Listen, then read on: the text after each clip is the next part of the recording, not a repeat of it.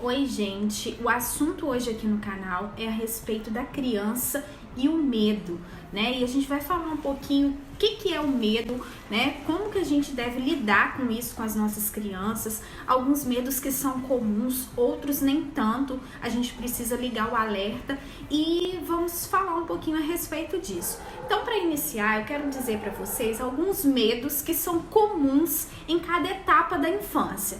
Então, por exemplo, até os 6 meses é normal o bebê sentir medo de barulhos altos, por exemplo, porque ele ainda está se adaptando ao ambiente, né? Aí dos 7 aos 11 meses, eles têm medo de pessoas estranhas, têm medo de altura, então se sente um pouco inseguro nesse processo. A partir de 1 ano, o medo principal é de que os pais desapareçam, né? Ou quem cuida. A criança passa até com 2 anos, essa criança já desenvolve um medo referente a médico, né? Vacina, medo de trovão, medo de objetos muito grandes, também medo de criaturas imaginárias, né? Que eles colocam na cabeça, amigos imaginários ou coisas que eles estão vendo, pensando, imaginando. A partir dos 3 anos até os 4 mais ou menos, as crianças costumam apresentar medo de palhaços ou de outras pessoas fantasiadas, né? Um medo muito comum também passa a ser o medo do escuro, medo de insetos, de monstros, de ficar sozinho, dormir sozinho. Então esses são medos mais comuns nessa etapa.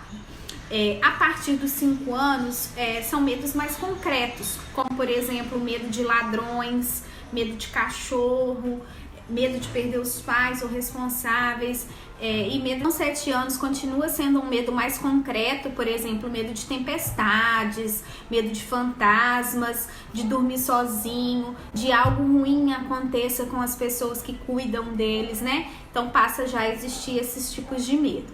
E o que nós, né, enquanto protetores, cuidadores das nossas crianças, podemos fazer para ajudar? A gente tem que ter consciência de que o medo é algo normal, né? Faz parte da vida de todos nós, principalmente da criança que está ainda começando a conhecer o mundo.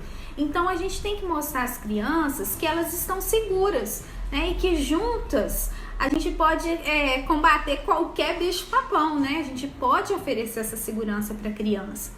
Outra coisa também que a gente deve atentar, a gente não deve subestimar o medo das crianças, rir, né, ser sarcástico.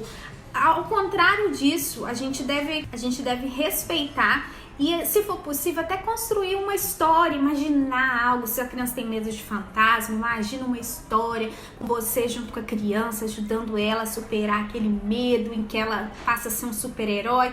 Isso ajuda a criança também a superar o medo. Uma outra coisa importante, não force, né, a criança assim, eu tenho medo de escuro, então vai dormir sozinha no escuro. Não, a gente precisa, né, ajudar a superar esses medos gradativamente. Vai, coloca a luz mais baixa, no outro dia dorme junto com ela, no outro dia sai durante a madrugada e assim até a criança se acostumar a dormir sozinho, dormir no escuro. Deixa lá sempre uma luzinha, deixa a luz de um cômodo próximo aceso e assim vai tirando aos poucos para a criança não assustar tanto. Essa é uma estratégia que a gente tem de ir trabalhando devagarzinho. Outra coisa também, gente, é ensinar para as crianças o barulho do silêncio, né? Que muitas vezes as crianças têm medo, assim, da noite, de dormir sozinha. Mostrar para ela, por exemplo, o tic-tac que o relógio faz, que só é possível escutar quando tudo está em silêncio, né? Numa hora provavelmente à noite. Então mostrar para a criança que isso acontece, que à noite existe alguns barulhos, que é normal a noite ser escura, que o sol se põe. Explicar para a criança sempre é a melhor solução. E como eu já disse, criar essas histórias de superação, onde a criança consiga mesmo vencer o medo e se enxergar como capaz, como vitoriosa, como ela foi alguém muito corajoso. Então essas são algumas diquinhas para as crianças lidarem com os seus medos mais comuns, que é normal na infância. No próximo vídeo eu vou falar como trabalhar e conhecer, então fica ligadinho que no próximo vídeo a gente vai falar sobre esses medos que as crianças às vezes sentem em excesso e que pode nos orientar a procurar um outro tipo de ajuda. tá bom? Espero que vocês tenham gostado desse vídeo de hoje e até o próximo. Tchauzinho!